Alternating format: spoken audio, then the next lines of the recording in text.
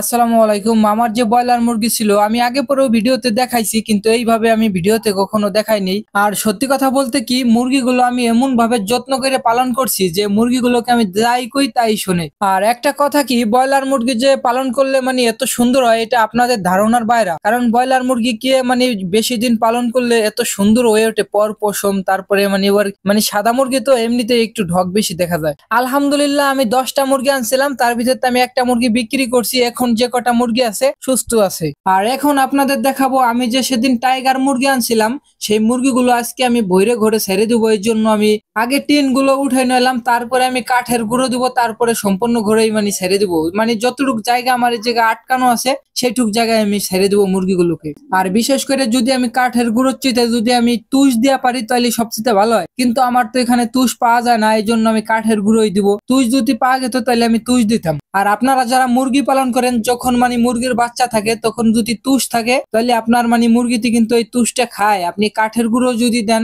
ওইটাও খায়। আর কাঠের গুঁড়ো যদি খায় মুরগির পেটের ভিতরে ফাফা হয়ে থাকে, ফাফা হয়ে থাকলে দেখা যায় একটা সমস্যা হয়। আর যদি আপনার তুষ থাকে, তুষ খাইলে পরা মুরগির বাচ্চার ওরকম কোনো সমস্যা হয় না। আর কাজ করতে করতে হঠাৎ করে একটা মুরগির বাচ্চা আমার চোখে পড়ে গেল। দেখি মুরগির বাচ্চাটার চোখে কি জানি সমস্যা হয়েছে। এটা বেশিরভাগ কুড়ো থেকে হয়েছে। কুড়ো যখন মুরগির চোখে গেছে আমি ওইটা দেখি নেই, মানে ফলো করি নেই, এই জন্য মুরগির বাচ্চার চোখে সমস্যা হয়ে গেছে। আর আপনারা মুরগির বাচ্চা কালে মানে একটু ফলো করবেন বেশি, কারণ তুষির উপরে থাকলে অনেক সময় দেখা যায় মুরগির চোখের ভিতরে ময়লা যায়। ময়লা যদি আপনি পরিষ্কার না করে দেন তাহলে মুরগির চোখ নষ্ট হয়ে যায়। আর আপনি যে কাজই করেন ঠিক আছে, সব কাজই মানে পরিশ্রম করতে হবে। আপনার পরিশ্রম যদি আপনি না করেন তাহলে সফলতাও পাবেন না। কষ্ট সব কাজেই আপনার হবেই। আর বিশেষ করে মানে যারা এরকম ভিডিও বানায়, আসলে যে ভিডিও বানানো কত যে ঝামেলা, মানে এইসব কাজ করতে তারপরে ভিডিও বানানো অনেকটা ঝামেলা হয়। আমার মনে হয় না যে আমি আর বেশি দিন ভিডিও বানানো পারবো, কারণ সব কাজ কাম করে তারপরে ভিডিও বানানো মন চায় না। কিন্তু আমার ইচ্ছা ছিল যে আমি ভিডিও বানাবো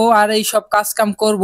ভাই সবাই আমার জন্য একটু দোয়া করবেন যাতে আমি এখান থেকে সফলতা পাই। মুরগিগুলোর মানে আমার কুড়ো বিছানো হয়ে গেছে, তারপরে আমি মুরগির বাচ্চাগুলোকে খাবার দিলাম। আর বিশেষ করে কিন্তু আমার মুরগির বাচ্চাগুলোকে আর ওই যে ব্রয়লার মুরগিগুলো আছে আমি কিন্তু এরকম একটা ওষুধ পাতি দেই না। তার ভিতরে আমি কক্সিকে ওষুধটা দেই, মানে আমিষার জন্য এই ওষুধটাই আমি বেশিরভাগ খাওয়াই। তাছাড়া আমি অন্য কোনো ওষুধ পাতি দেই না। আর অল্প মুরগি পালন করলে তো এরকম একটা ওষুধ পাতি লাগেও না। আর বিশেষ করে আমি ওষুধ পাতি ছাড়াই মুরগি পালন করতে চাই। আজকের ভিডিও এই তোমার শেষ। আসসালামু আলাইকুম।